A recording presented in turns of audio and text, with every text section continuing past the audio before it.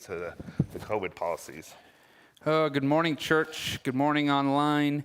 First of all, if you would like, while you're sitting there, I know there's a lot of confusion, you may take your mask off in this space while we're social distanced if you would like. If you'd like to continue wearing it, that is entirely up to you based on your convictions. I would like to take a couple minutes because I know there's been a lot of questions this morning and this week based on the governor's new state health mandates. And so here's the position that we're taking. Originally, when we saw this, we discovered that most of the things that we'd be doing in this space would be considered an event.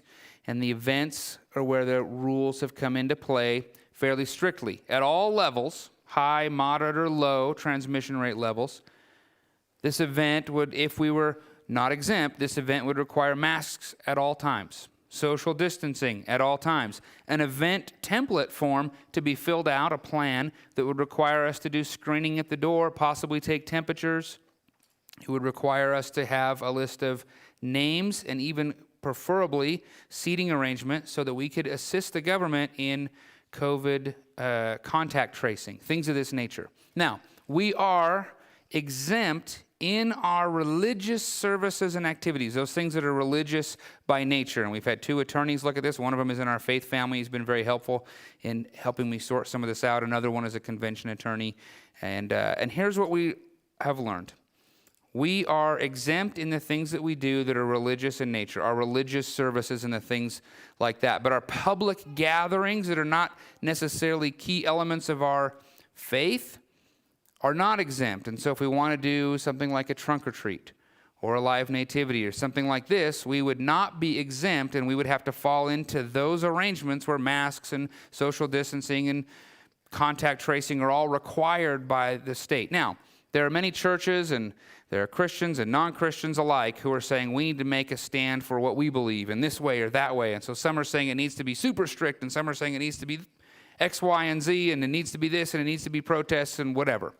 Pastor Mike and I do not believe that that is how we are good neighbors in our community. We didn't like it when we felt like certain mandates on us were different than what the rest of the businesses and restaurants had to do, but now that we are exempt, we feel like we need to do the same thing that's being asked of every business and every restaurant.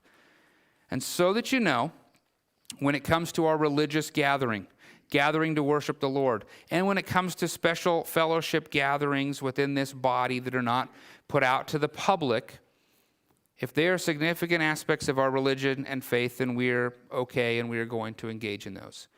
But in the areas of certain food service things, and we've had conversations about things like coffee, or what about other kinds of meals, or what about these, or outreaches, or things that are similar to what other businesses and restaurants are having to deal with in our community, we are going to walk lockstep with what those businesses have to engage in as well. Because we want to be above reproach, we want to be good neighbors, we want to do the very best we can.